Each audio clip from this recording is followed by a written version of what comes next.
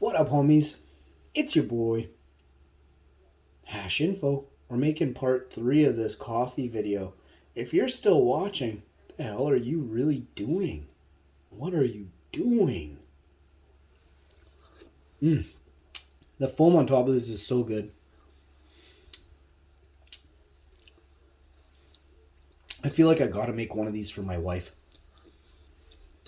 Because I actually made this taste good. Yesterday I lied when I said it tasted good. Today it's like, OMG, bro. How did they fit a whole pumpkin inside this coffee cup? Now I have thoughts of having this with my caramel walnut pecan apple pie crumble cake delight cookie. It's amazing. I don't know what it is, but I eat it. It tastes so good. If I start making them right now, I'm going to be so fat by tomorrow. It's going to be awesome. Tune in.